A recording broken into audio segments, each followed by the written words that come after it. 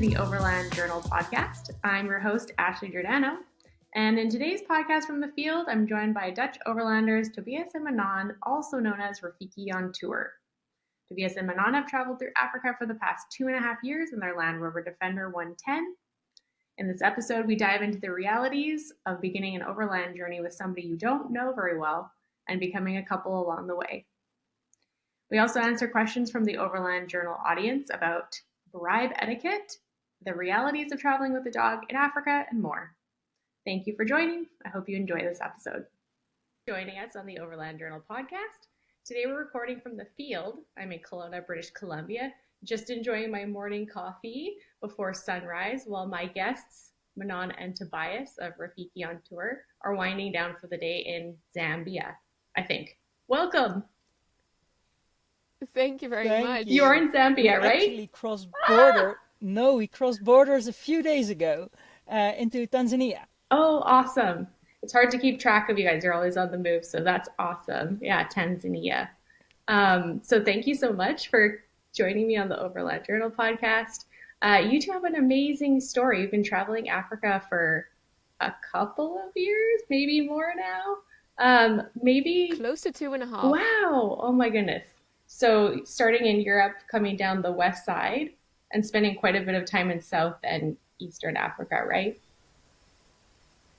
Yeah, so maybe hop back a little bit to the beginning, because our initial aim was to be on the road for a year, circumnavigating the whole continent. But I think by the time we hit Morocco, or the south of Morocco, we already found out a year is never gonna happen. And I think it took us about a year to get to Angola? Gabon.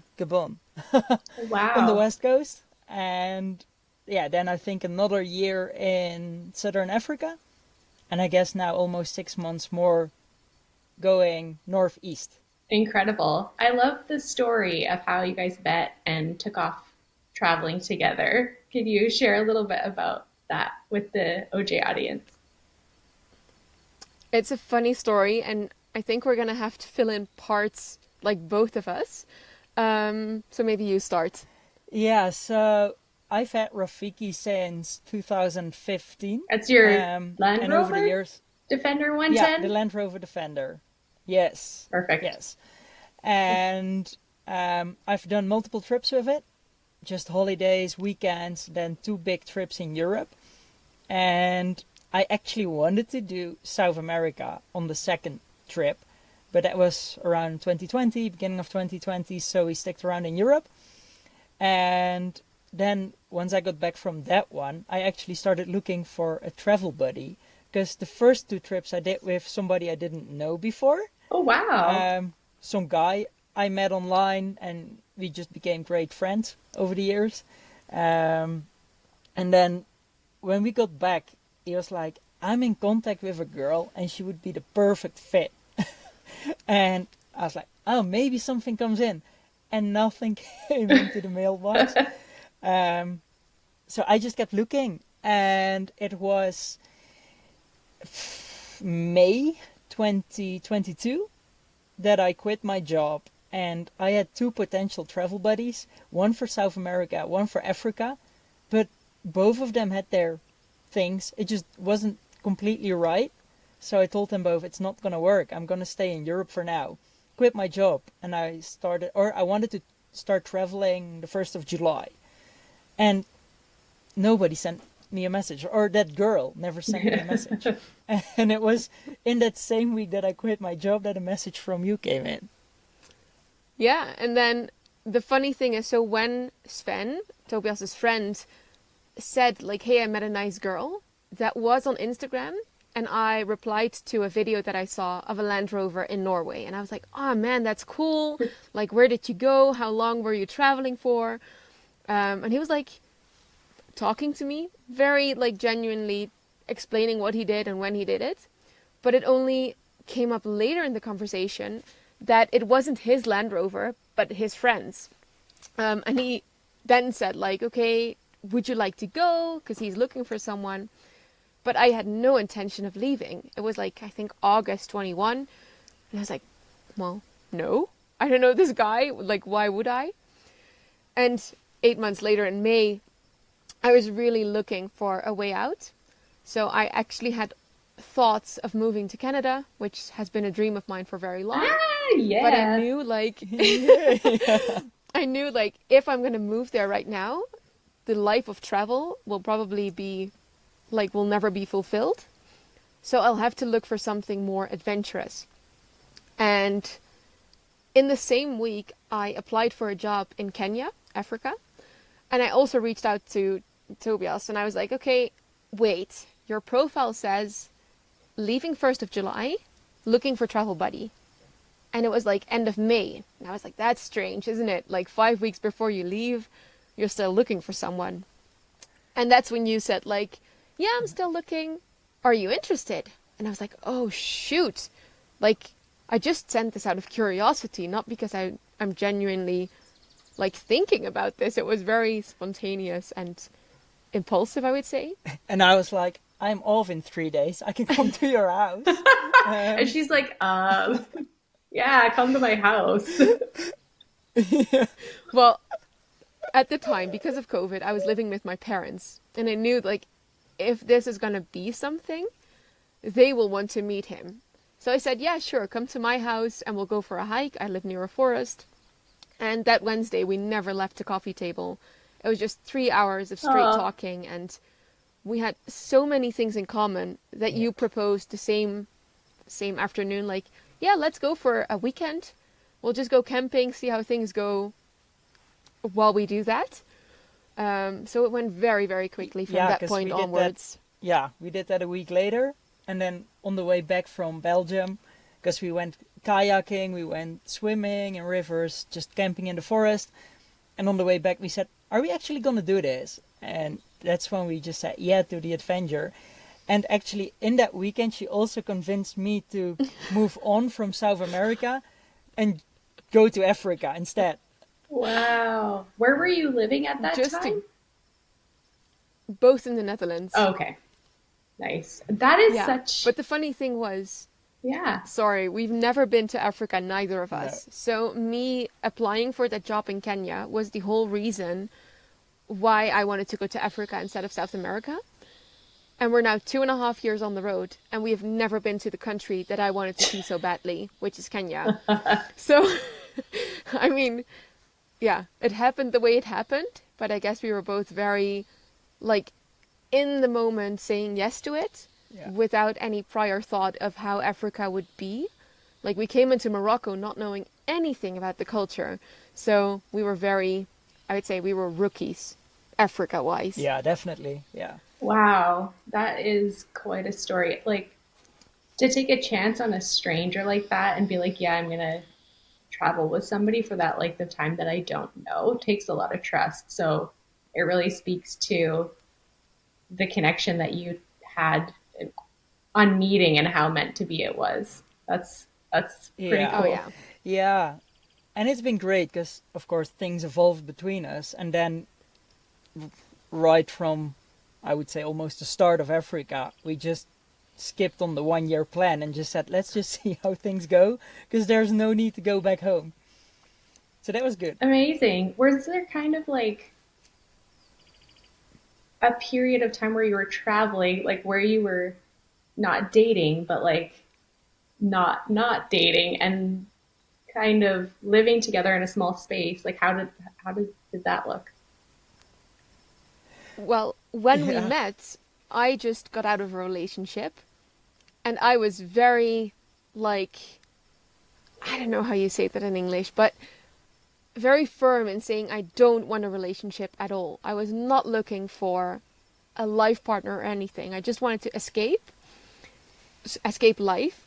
And I knew we had a great connection so we could be friends. But in the beginning, it was like we would get into bed, separate sleeping bags, and I would be like, yeah, can you just turn around and then I can like put on my sleeping shirt, and very awkwardly. Because it's just one rooftop tent. Yeah. And we know they're quite okay size-wise, but it's still just one tiny tent.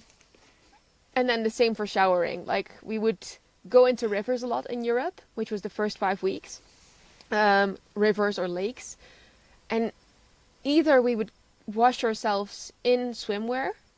Yeah. Or if we wouldn't want that, then I would be like, yeah, you can go first.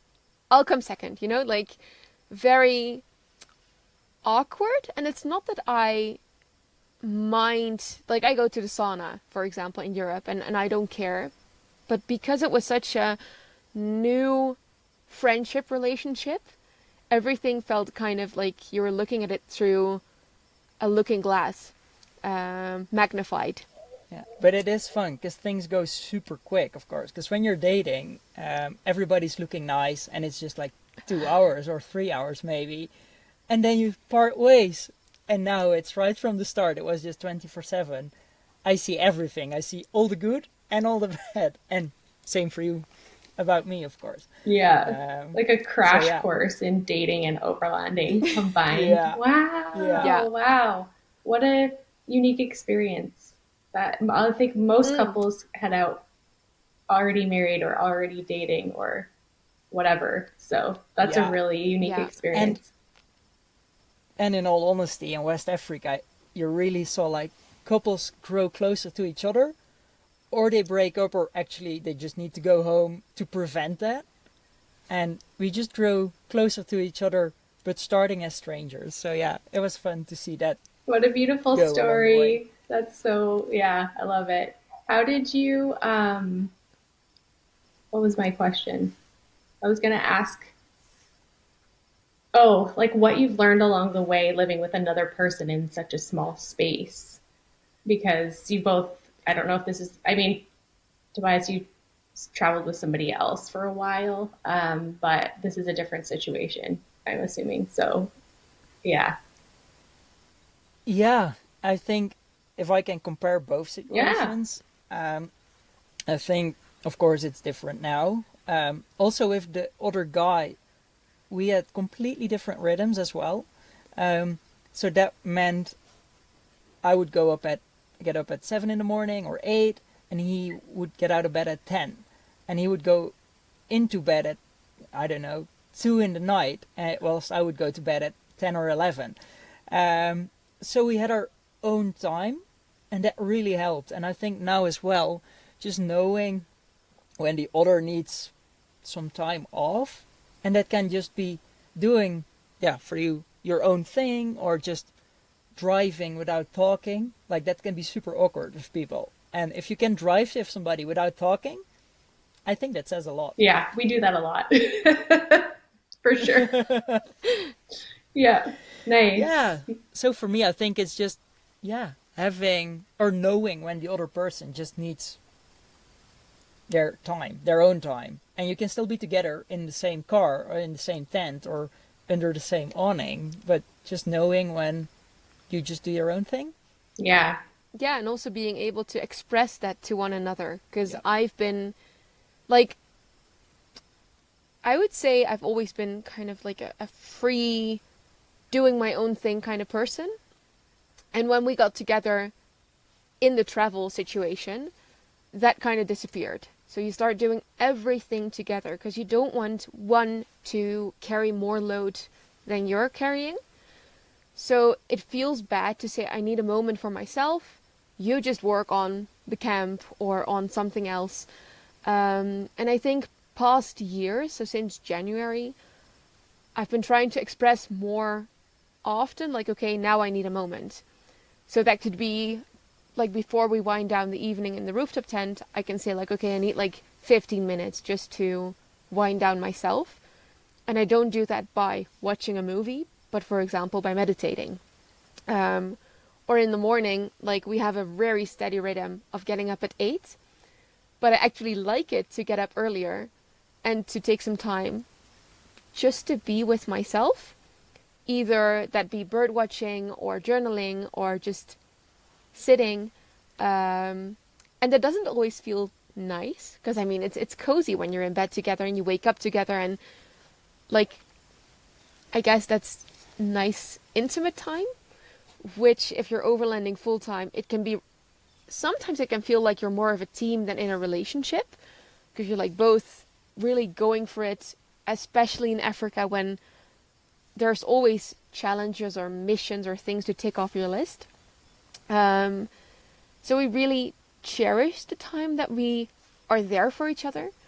So it's a Yeah. good Also, thing. our dog, she also like pulls us away from each other for a bit like a few times a day, which also helps because we got her 1.5 years ago in Nigeria, um, and we love to go on walks together with the three of us. But also in the morning, it's mostly you prepping the food, and then I'll take her for a spin somewhere. So yeah, that also helps with us or me time, depending on what we look for. Yeah, Very cool. What but is, she's been a nice addition. yeah, I was going to say, what's your dog's name? And I'd love to hear how she was brought into the mix.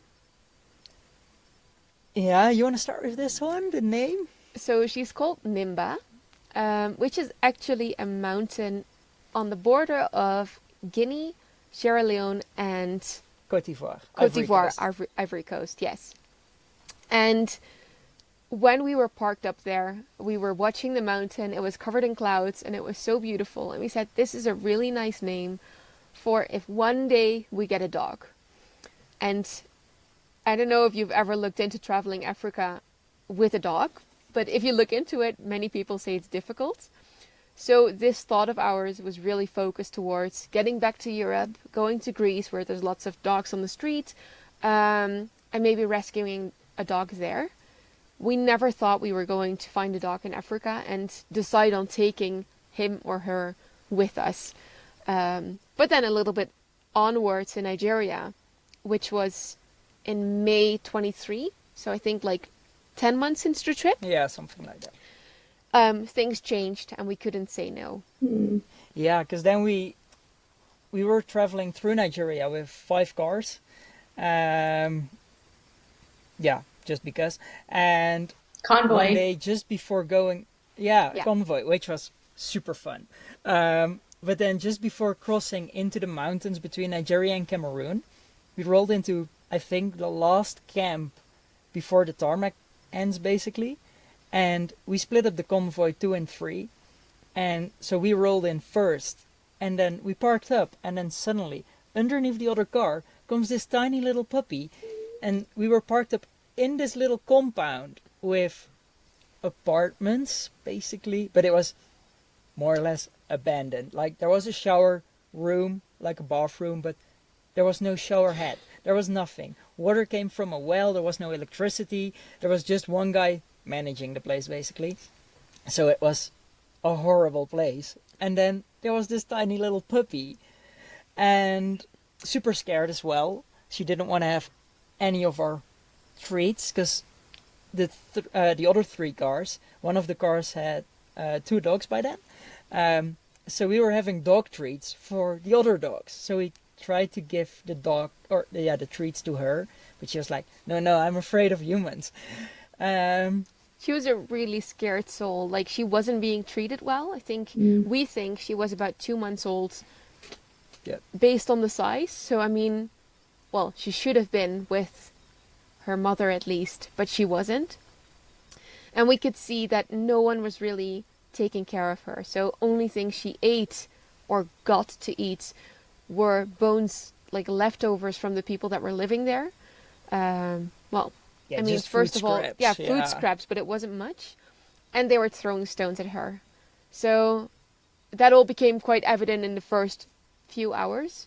So her not taking treats from us was very logical, I would say, in a sense. But we tried to earn her trust, well, in the first few hours and the days after. Yeah, because by the time the other 3 cars arrived, one of the cars broke down in the driveway. And then we spent the next 2 weeks in that compound fixing that car. Oh, wow. And the other 3 cars left, came back, and then we decided, rainy season is coming, just leave. We'll stick with the guys, because we have work to do, we have the tools, we have the knowledge, we can at least help. So we stayed with them for 2 weeks. And in that time, it was mostly me trying to fix the car. And it was mostly you with the girl from the other car taking care of the dogs, trusting her, or trying to earn her trust. The lovely thing was they had everything we needed to make her healthy again. So because they had 2 dogs, we could deworm her, take her ticks off, wash her, make sure she didn't have any fleas anymore. We just fed her the simplest things like rice and fish out of cans, just to get, well, some food into her, because her fur was so thin you could just see her skin. So that was all like a very intense period, but because we had those friends with dogs, it was, I think, the most lucky we've ever been. Yeah. And because they had 2 dogs, she was so eager to learn. So she was just picking up their behavior, like sitting when they were getting food. And she was like, okay, I'll sit too, because maybe I'll get something. So the things that you would normally have to teach a dog, she picked up instantly. And then after 2 weeks, when she was clean and fed, and we were, well, really looking like, are we going to leave this compound today or tomorrow? Because the things were fixed with the car. It was like, shoot, are we going to take her or leave her? Or, well, what are we going to do? And then the people there actually said, grab and go, grab and go. Grab her, take her, go. And we're like, really? Yeah. And then we said, let's just see if she fits on the cubby box in between the front seats. And we put her there. And she just curls up and it's like, oh, she's still a puppy, but this fits perfectly. And then I think it was a day later that we said, if she's going to come, she needs to sleep in the tent with us. Yeah. Let's see if she likes the rooftop tent. And she did the exact same thing. We put her up there. She runs towards the pillows, curls up, falls asleep, and joins us for the night. Wow. So next day, she was coming. Oh, wow. So it was meant to be as well. Oh, yeah. Definitely. The new teammate. Yeah. It stirred things up tremendously travel-wise, because we went to Africa, I would say, on a whim, like without really doing any research or what did we want to see. But we both have a passion for biology and for nature and wildlife. So you'd expect us to visit the national parks and to do all of that. And then you bring a dog along and they're not allowed in the national parks. So, well, I don't think we really grasped like what effect a dog would have on our travels. Because West Africa, it has some national parks, but we didn't go there because we thought we were going to go to the national parks in Southern Africa. Which we regrettably didn't, because now I'm like, oh, we should have. Yeah. But she also made our life so much better, because in Africa we're less active and just taking on less physical adventure, I would say. Yes. In Europe we would hike a lot or just mountain bike or via ferrata, if I say that correctly in English. And now with Nimba, she actually pulls us out of camp, says, okay, I want to go for a walk. And it forces us to explore, which is, I think, a really good thing. Yeah, it has really impacted the travels. Sometimes negatively, but overall, definitely positively. Just having her spice up the day, having her, just around, pulling us everywhere, and like she's always energetic. So she wants to play like all day long. So. Oh. So I did reach out to the community on Instagram to see what kind of questions they had for you. And at Maybe, it's spelled at Maiiibbee, asked, was overlanding Africa with a dog a huge challenge due to the heat, bureaucracy at border crossings, etc.? Maybe just start with the heat. Yeah. So it really depends. So she's really flexible, I would say, if we take it slowly. So if it becomes hot, she'll just move up her rhythm. Like she sleeps during the day, she'll start eating during the night. If it's colder, she will eat like all day long. Especially Namibia was challenging because it was near 50 degrees Celsius during the day. Wow. And then the sand would get 70, 80 degrees, so she couldn't really leave camp. So when we were having lunch, we would really have to look for a spot underneath the trees, so she could at least walk a little bit. we also made we have a freezer, which is now super lucky for her, because then we were making ice creams with water, coconut milk, and she loved it. So trying to keep her cool. She has a little fan in her crate, because later on in Gabon we got a crate for her, so now she has like a fixed place in the car, which is nice for her as well. Yeah, with a fan. So I would say the heat has been quite okay. But she is an African dog. I think we Yeah, should that reiterate helps. that, like, if you bring like an, Husky. I don't know, Labradoodle or a Husky, Husky or yeah. a dog that isn't used to heat, we cannot tell you like No, how no, your dog no. is going to react. Yeah. She just adapts really well. And yes, we'll have to adapt to what Tobias is saying with like feeding schedules and stuff. But beyond that, it's nothing worrisome or super difficult. No. And then the most difficult thing we talked about, it's just the national parks. Some countries do allow dogs in national parks. We did visit a few national parks in Zambia and in Angola. But overall, Mostly transit, right? yeah, mostly or transit, Mm. or if it's like a relatively unknown national park, they're like, oh, there's tourists. You're welcome. And we're like, yeah, we have a dog. Just bring her along in the truck. We're going on safari. And they're all fine. They didn't care at all. They loved it actually. So, but in general, if you're in Africa for national parks, it's going to be really difficult. Right. But then Yeah. borders Mm. are everybody's biggest worry. Yeah. And that's been like, we don't really hide her because the car isn't that big.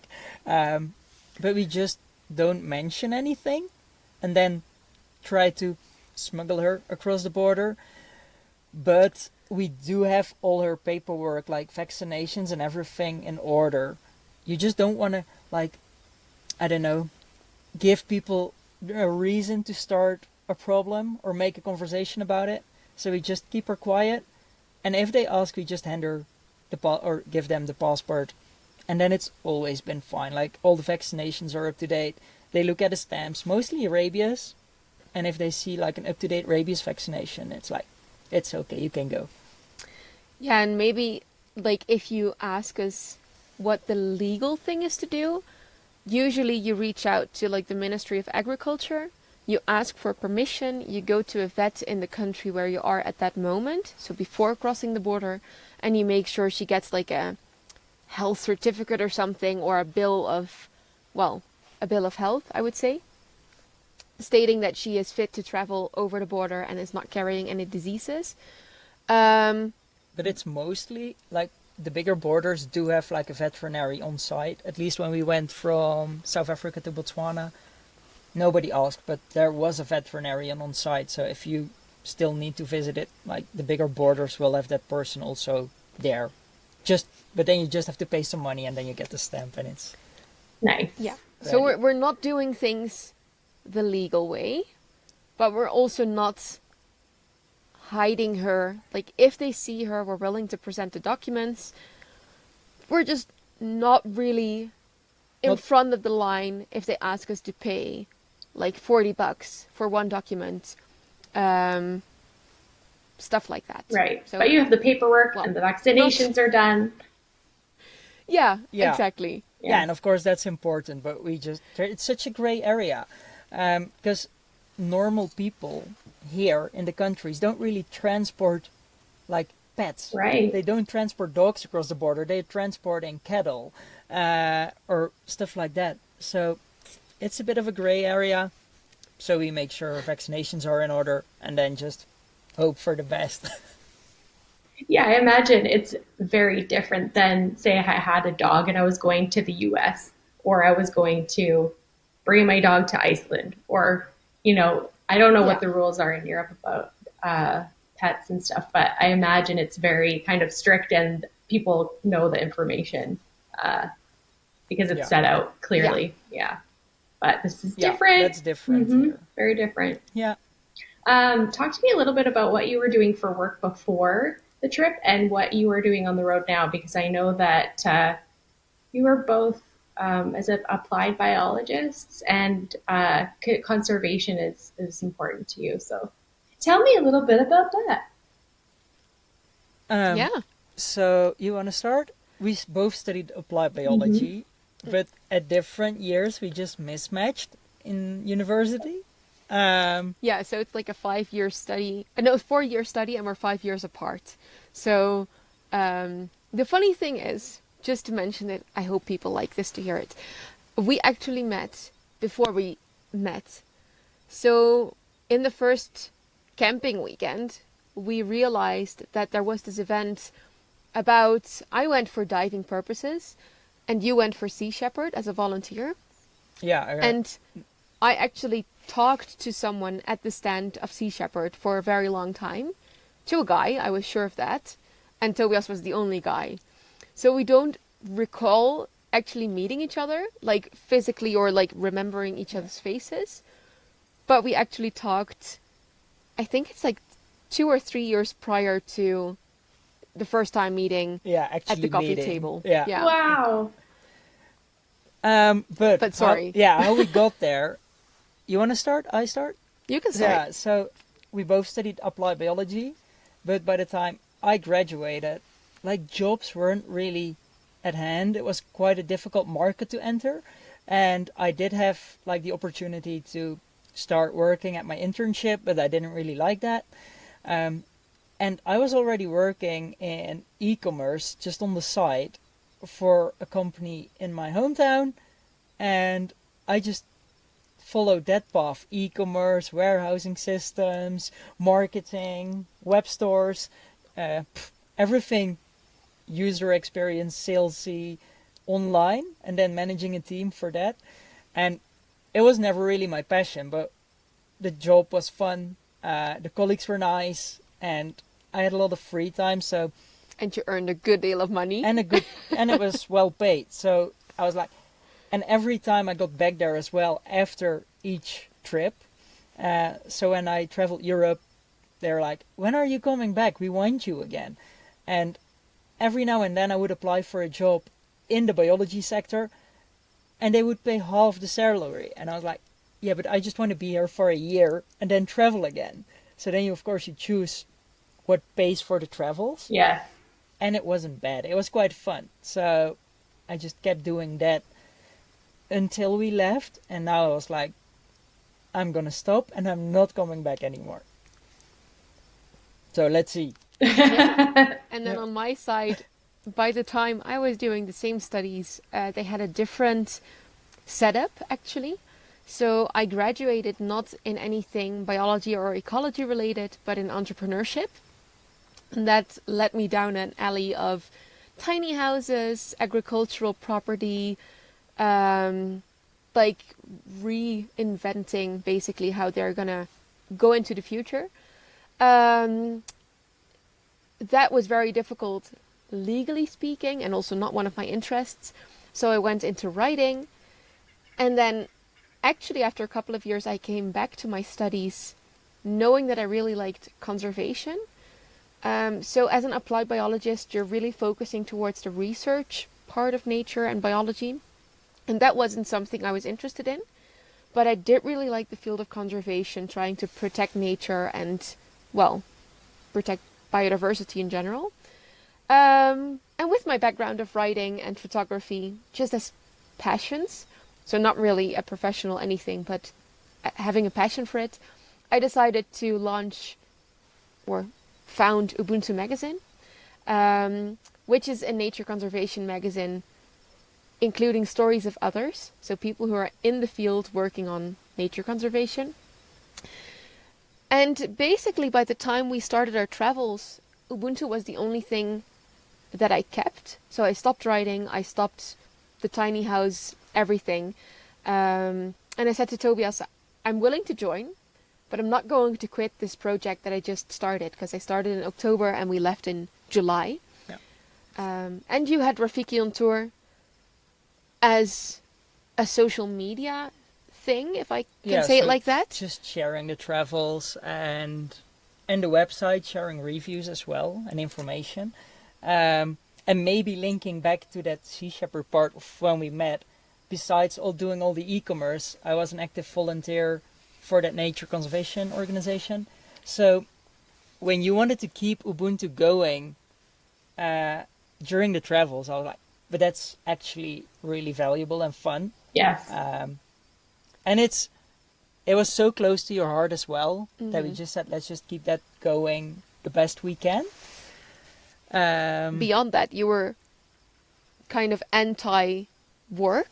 You're like, we're not going to work on this trip. Like, we're going to enjoy the travel because we only have a year. And Yeah, now I can see why. I mean, it's a very different trip that we're having, or expedition, or, well, travels from people who don't work on the road. But I'm happy you came over the bridge and, well, yeah, I mean, in the first week, I actually was sharing my thoughts on Rafiki and how he could build it. So we were not together as a couple yet. And Tobias was like, yeah, in a year's time I'll have to go back to work. And I was like, well, why don't you build Rafiki while we're on the road and make sure it's up and running by the time I leave?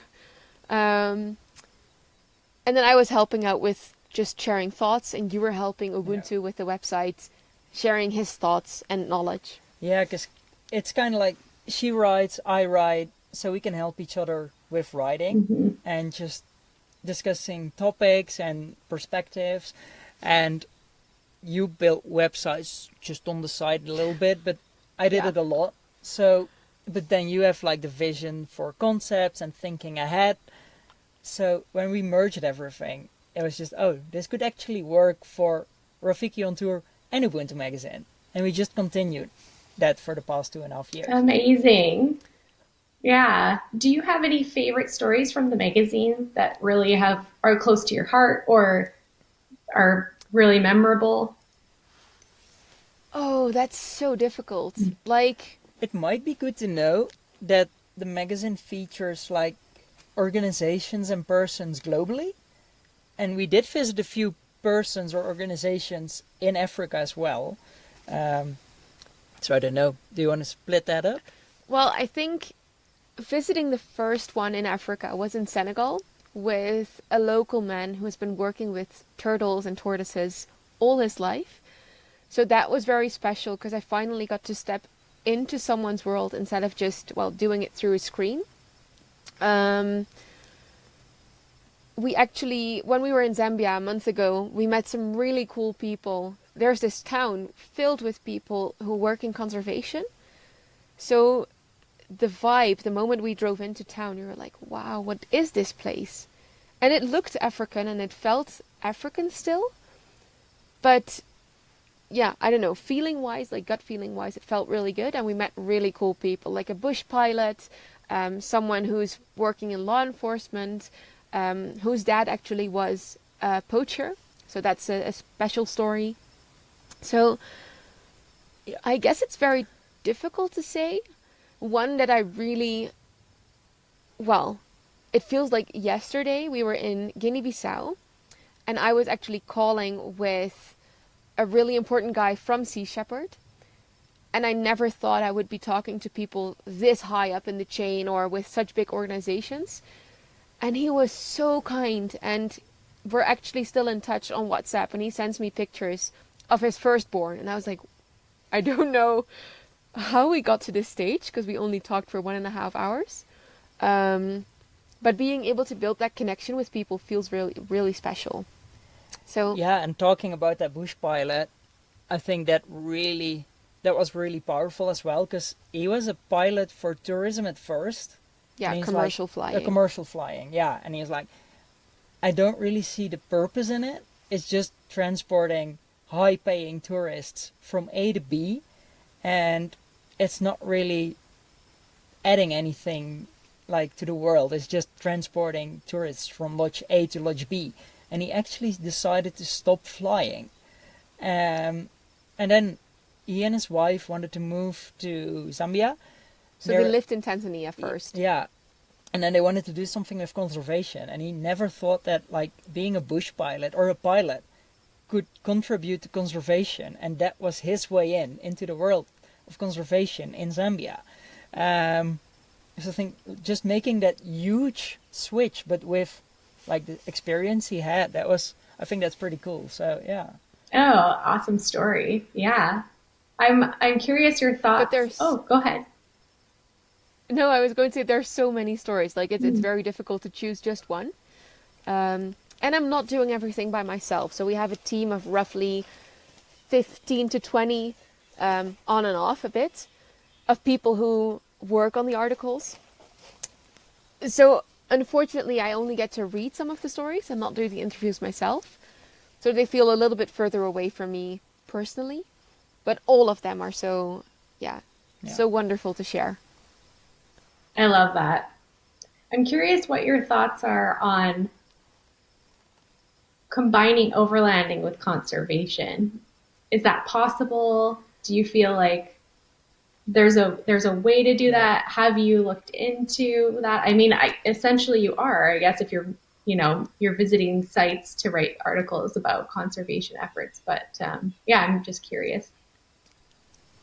We for ourselves we have been like dreaming up a plan for like the coming years to say, okay, what happens if we rebuild Rafiki, make it really like an off-grid office, and then combine like super remote travel with visiting the projects for Ubuntu magazine, and then not only visiting like one here and then one in a few months from now, but actually trying to get to the most remote conservation organization, like visit the most remote ones in each country.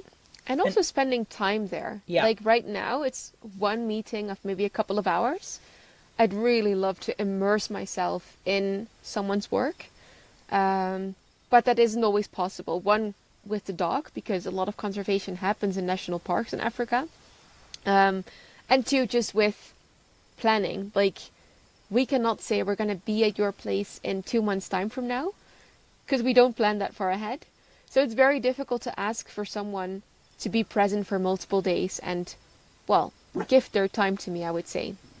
But yeah, we have plans, Yeah, we definitely. have been thinking about it. Like, can we just make it livable and workable for the coming years and just really integrate that, I don't know, creating awareness for these projects and really combine that with the remote travel that we like. And then also we noticed that a lot of organizations, like the smaller ones that we like to feature, don't have high quality photos. So we even said, like, if we go there, we can just join them for a week and take photos of their work. So that would be something we would like to do in the future. Very good. Very good. I love this Yeah. using the vehicle as a tool for sure. Yeah. Yeah, and I think in general, like, because we have this perspective of being nature lovers and conservationists at heart, we are able to share with others, like, why would you buy plastic bottles, which happens a lot, if I'm honest, with people traveling in Africa.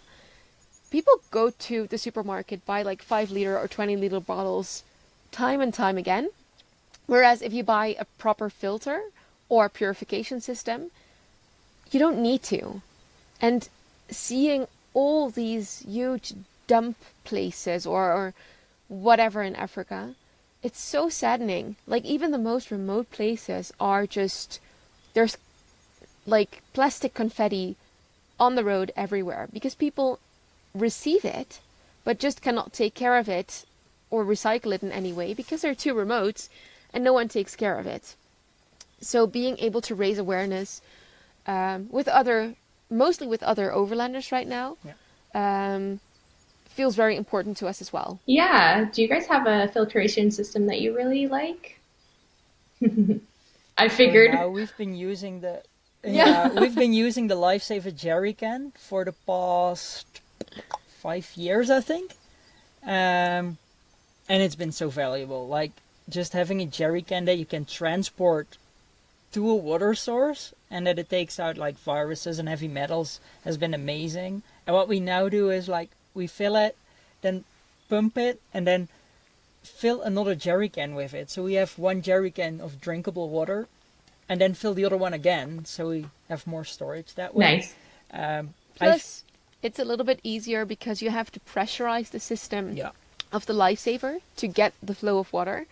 We don't want to leave it pressurized during the ride because, well, something pressurized can also break more easily, or, Yeah. well, Yeah. I would say it's not the ideal situation. And being able to just have a tap behind our car, so it's on the back of Rafiki, it just simplifies the whole process. Fantastic. I do think in the future that we want water tanks and a built-in system, because it's just easier. At least it's more livable, more comfortable when you're living around the vehicle.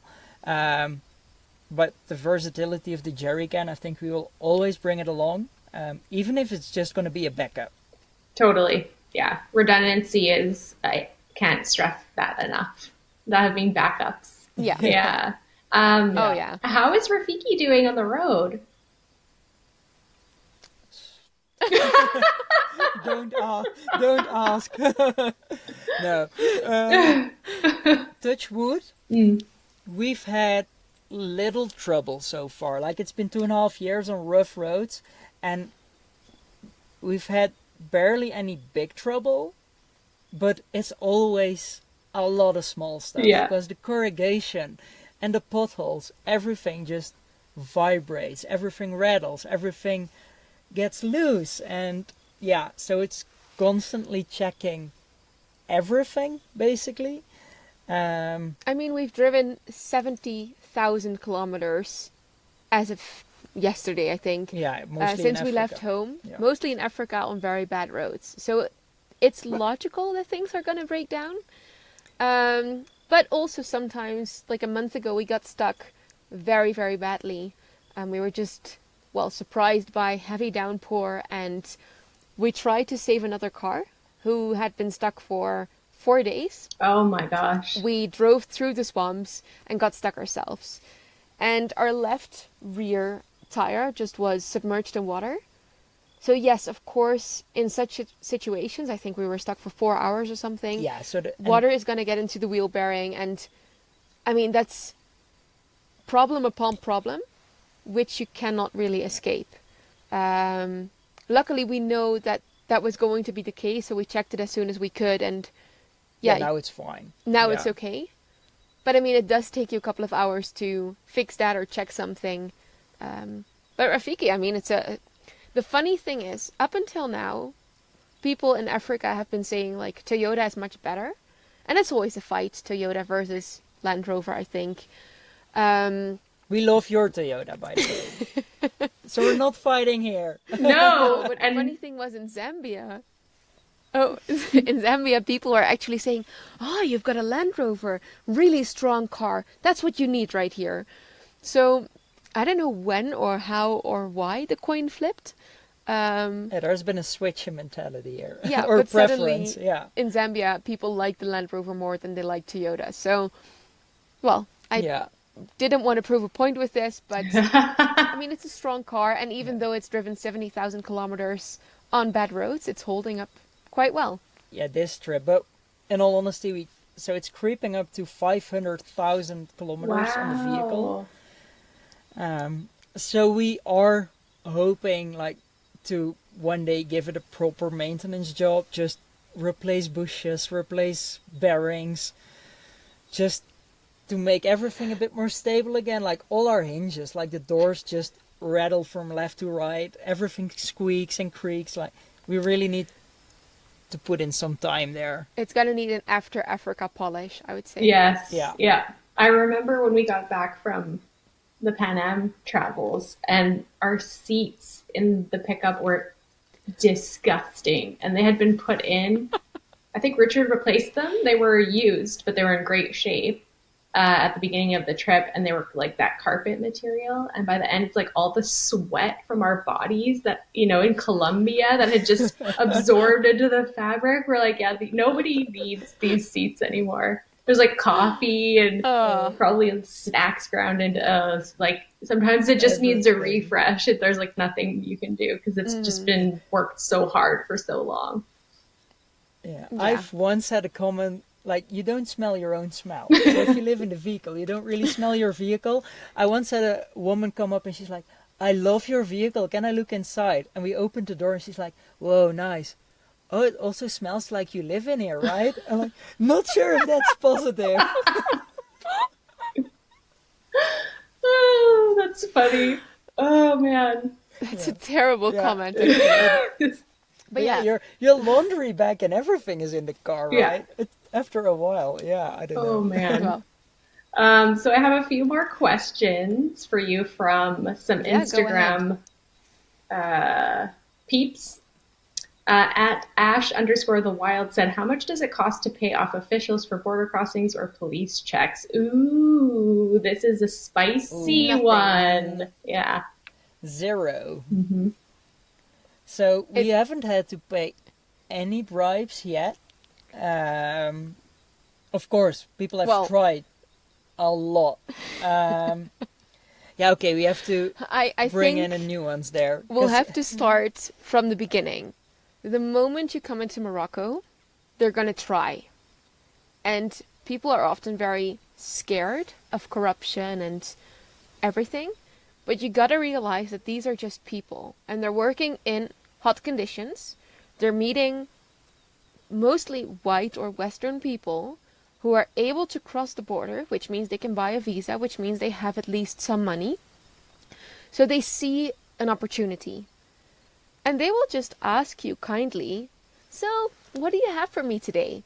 Is it a soda? Is it some money? Do you have something to eat for me? And what we said from the beginning on is we're not going to give in to it. Because the moment we do it, he's going to know or she's going to know, it works. I can try it with the next person too. So you're not just saying yes to it yourself, you're making it more difficult for someone else as well. So we always reply with, I brought my big smile for you today. And you just smile and you sit and you wait until they reply. And they're like, well. And sometimes they find it very funny. They laugh and they're like, okay, that's good. Like, you can continue. And sometimes they're like, well, that's a strange answer. Like, I would have wanted something. it's just about knowing that you're right and that you have the time. Like they have the time. You have the If you time. have the time too, you can just wait it out, smile away, just keep chatting. And actually today and yesterday they were making up like things like you were speeding or you were overtaking and we weren't. And we just chatted to them and then we're like, look, we're Rafiki on tour. And Rafiki means friend. In here Swahili. in Swahili, here in Tanzania. So we're like friends on tour. And then we just like, look at our sticker. Oh, you can have the sticker, okay? And then it was all okay. And so it's just about being nice, staying polite, but also kind of holding your ground. Like not giving in right away. Because, yeah, but so far, so good. Yeah, and we have evolved our strategy over time. So you can read a person, like you can read if someone's really angry or really forceful, using his or her position, being a policeman or a military employee, showcasing his or her position. And then you have to thread carefully. So in some cases, when we have been so naive in some circumstances, like in Morocco, Mauritania, the border, there were a lot of fixers, which are people whom you give some money to do your paperwork for you, and they always go first into the office of the official. And we were so fed up because we were waiting for hours and no one was going to let us into the office because all the fixers were going first. And it was such a busy and hot day. And we just decided to stand inside the doorway. We're like, no one's going to come in here until we've been in. And then a guy approached, and I think he was maybe like mid-30s. And he's like, I want to go in. And we're like, well, no, you're not. Like wearing sports clothing. Yeah, wearing so we sports weren't clothing. taking him seriously at all. And then the fixers were like, yeah, but he's the boss. I'm like, yeah, but you just said you're the boss. Turns out he was the main boss of immigration. Oh In the no. office. Oh. And it was his office and we were kind of blocking him from entering his office. So I think we've made some really dumb mistakes that luckily didn't result in anything worse. In Senegal, we played good cop, bad cop. So we had a very gnarly situation. An officer who had like very vague hand signals. He wanted us to stop. We continued our drive. because we knew there might be corrupt police in that area, and we of course didn't want to pay. And then they actually followed us in just on a random scooter. He just ordered a scooter just to follow us, took our papers, drove back, and then we played good cop, bad cop for like half an hour. Yeah. So we have these strategies. Like yesterday we were given some kind of penalty for something I don't recall doing. And I just played very innocently. I was like, okay, but we don't want to cause you any trouble. And then Tobias started talking about the trip in Africa. And they're nice people. I mean, they're all just people. So they want to talk. They want to have a good day. They don't want to stand in the heat all day. So how do we deal with it? We have different strategies. But most of all, just staying kind, smile and wave, and we have the time. Yeah. Sorry for the long answer. But Oh, no, that's great. Yeah. A bit how we roll. Oh, yeah. Yeah. And it's all about that. You have time. Those are great strategies for sure. I love it. Yeah. And it's so funny because it depends so much on where you're at. Like, have you had a snack? How are you feeling? Are you tired? Is it hot? What's the situation? Mm-hmm. And it's almost like every single circumstance, you have to just take it at face value because it's not necessarily going to be like the last one. And like you said, you're learning along the way. And so you may be reacting differently to a situation in the future than now. Just you're just constantly feeling it out, right? It feels like that traveling. Yeah, you're also just definitely. scanning the environment and seeing what's up. So yeah, interesting stuff. How often do these things happen, I guess, is another question that I have. Like, Not so often. I would say it really depends on the country. Like West Africa had a few countries where police was really corrupt, and then especially Senegal and Gambia. And Cameroon And Cameroon as well. But mostly all other countries in general have been fine. Like barely any corruption. Okay, they will ask for like a Coke or anything. Yeah. But just stopping you like, paperwork, blah, blah, blah. What did you bring for me? And then it's always the smile answer. You get that like every week. But that's not really corruption. That's just them asking us for something, but not really, not like they've already given us our passports back. Like they don't hold control over us, so they're fine to ask. Like we can always say no, and we do say no. But the real corruption, like it's a handful, or maybe it happened 10 times in the span of 2.5 years. Yeah. So don't worry too much about it. Yeah. I have one more question from the interwebs. Let's see. Chris Coe. I think I have your name right. What device holders do you use? So for, like if you're traveling with a tablet or your iPhones, what are you using? Yeah. So a Land Rover has a tiny, tiny, tiny front window. Yeah. So you're not going to put anything on there with a suction cup because it's just going to be in the way. Yes. So we really have, and like the dashboard itself doesn't have any space to mount anything basically.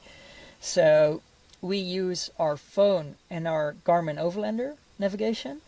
The phone is in the cheapest holder we bought somewhere on Amazon, which is just glued on top of the dashboard. Works perfectly. It turns so we can watch a movie or whatever. Not while driving. But, Yeah. for example, if it's raining or we're waiting or something like that. Or maybe with a call with friends and you don't want to be in the rooftop tent, for example. Yeah, and then the Overlander has a RAM mount, which is screwed onto the dashboard, just permanently fixed there. Holds it really well. We don't have a tablet or anything, it's just these two simple devices. That's it. Love it. Maybe pro tip for in the roof tent, our table actually came with a little net to put like magazines in and stuff. We actually mounted it up to the roof tent, like to the ceiling of the roof tent. And we can store our laptop in there, so in the evenings we actually watch a movie just laying flat on our pillows with the laptop at the ceiling of the roof tent, just stuck in that net. like a Ooh, little cinema. max Perfect. maximum viewing experience. I love that. Yeah, So Yeah. good. yeah. So nothing fancy, just Great. this. Great. Thank you. Thanks for the answer. That was from at chrisb.co, that question. So Nice. thank All you, new Chris. people. I mean, Yeah. I've never heard those names before, so maybe we've talked to them, but Excellent. yeah. Nice. Yeah. Great stuff. So, I wanted to ask you guys, what is your favorite book? I knew this Ooh, question was yeah. coming. The bookworm is answer is The coming. book question. I Yeah. should have thought about this, but we've been caught up in a hectic life. I read a lot, and I think well, depending on how quickly we travel, I read about one book every week or every 2 weeks. But because I'm passionate about various things, maybe too many, I also read a large variety of books. Um, One that I really like, and I should have written down the name, is one of David Attenborough's books. It's about how he started in the world of what he does. So he would go on to trips and catch animals to put in zoos in Europe or in the UK or whatsoever. And it's such a wild life that he was living. And actually, from that life, he evolved into becoming a TV host and narrator and everything. So what I find fascinating is that he just goes into the Amazon, for example, with very limited supplies, and imagining what we have as overlanders and imagining what he had at the time, it's very difficult to compare. And he would just find species that he had never seen before, never even could fathom existed, and then had to catch them, not just see them, but had to catch them and bring them home. So, well, I mean, seeing where David Attenborough is right now, he, I think, is a huge idol for a lot of people in this world. But he started in such a different career and maybe even a world that we cannot even comprehend anymore. Yes. With everything that's so globalized and Instagrammable and everything. I think it's just fascinating to read about. So that would be my book, more, yeah, nature focused, and I'm going to keep it at that. Great one. There's many more. Yeah, so I'm not really a reader. I love books. Like back home, I have boxes full of books. Like Do dozens you? or hundreds of them. Yeah, I do.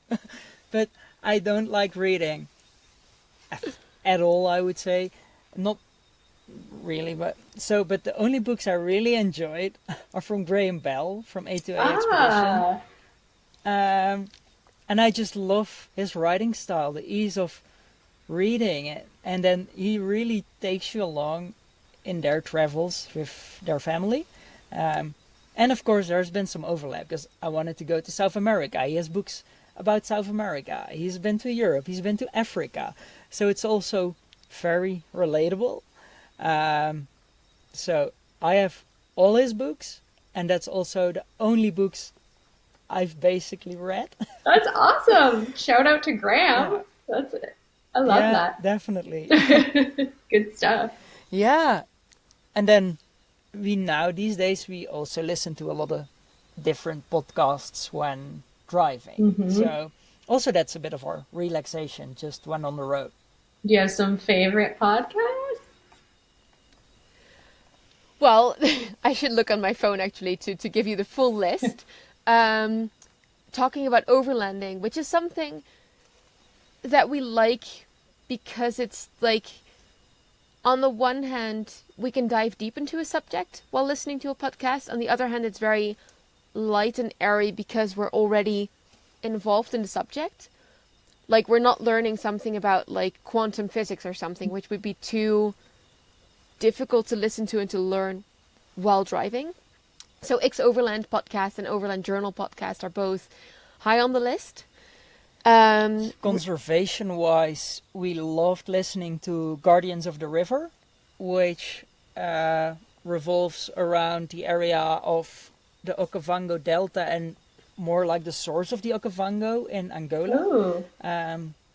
where the water comes from. It's a very sophisticated podcast. It's like not just people talking, but there's like field interviews involved, like a lot of sound effects. I would say it's very well thought of. Really well good. thought through, sorry. Yeah. Um, And then we have a few adventure podcasts, but I don't really know their names because you always put them on the radio. yeah, it's so Further Farther podcast. And I wouldn't know the names because I usually just download the people that we find interesting. So, for example, Reza Pakravan, I think you talked to him too. I did, yeah. It's actually because of that podcast that we started looking him up and listened to more of him. Then Pip Stewart is a woman who's done some epic adventuring. Megan Hine, Eva Zubek, who we follow on YouTube, but have also listened to some podcasts. Yeah. I think Scott Brady interviewed Eva Zubek as well for this podcast. So, yeah. Yeah. Oh, did we listen to we that? listened to Nice. that one. Oh, Yeah. it's a while ago, maybe. Mhm. Yeah, it was. So yeah, some adventurers. Also because it kind of opens up a whole new world. Like we love overlanding, but we're also dreaming of a life, I would say, different to this. So we're Yeah. talking about like sailing around the world. I would really like to do like a human powered something like canoeing or kayaking or hiking or something like that. And being able to listen to people who have really done some cool things kind of fires up your imagination. Like, wow, so much is actually possible. Yeah, so that's been a really good way to immerse ourselves in new things. Those are great recommendations. And I love all the offshoots from overlanding. You know, you're gaining the skills, all the skills associated with it. And that gives you the confidence to be able to undertake something that's a little bit different and look at things in a different way. So, yeah, that's great. That's true. Yeah. I was going to say, like, overlanding, I got into it without any prior knowledge of what it was going to entail. And because it's such a day-by-day process, you don't really realize that you're having this really steep learning curve and you're evolving. Looking back at the 2022 me, I'm such a different person. Like, I thought really highly of myself in 2022 before we did this trip. And then you become humbled by just traveling in Africa and everything. And from there on, you start growing again, but in a different way. You're much more like open-minded and receptive to the world, I would say, instead of always just thinking about yourself, and thinking in a really small bubble. Yeah, and now I feel ready to take on more adventurous things, like that I wouldn't have thought of before. So you're correct in that. Yeah. It's like the gateway. Once you start, you can't stop. But yeah, thank you for sharing that. That's amazing. So the sun has set where you are, but it's now light where I am. So we've come full circle here. But yeah, I wanted. It's actually gotten dark, and I can already hear the hyenas further in the valley. Oh, nice. Oh wow! I can hear We were hoping. a few bugs over there, but We were hoping. Yeah. no hyenas. At the moment, we're traveling with friends from the Netherlands, and we were hoping that they would get some sort of wildlife experience. So, if there's hyenas around now, that's a good. Yes. Well, for that. I better let you go so you can prepare for that. But please let us know where we can find you on the internet. Yeah, so it's Instagram and Facebook as Rafiki on Tour. Also in YouTube, but we haven't done anything there for ages. Who knows in the future? But it's just not been like that. We've been dabbling with the idea, though. Yeah. We also have Patreon as Rafiki on Tour. And then on the website, rafikiontour.com, is like travel updates, gear reviews, just general blogs about how we live in and around the vehicle. Yeah. And you guys have a podcast as well? Is that right? Yeah, it's the Rooftop Recordings. We have just finished season 1, and people can find it on Patreon as well. Excellent. So basically on Patreon and then on Spotify via Patreon, the platform. Great. I will include a link to the magazine as well. Yeah. Please do. Yeah. That would be great. So yeah, thank you so much for taking the time to chat with me today. I had a lovely time speaking with you. You're welcome. Yeah. Thank you too. And thank you so much to all the listeners for tuning into this episode. We always appreciate it, and we will catch you next time. Bye. Thank you.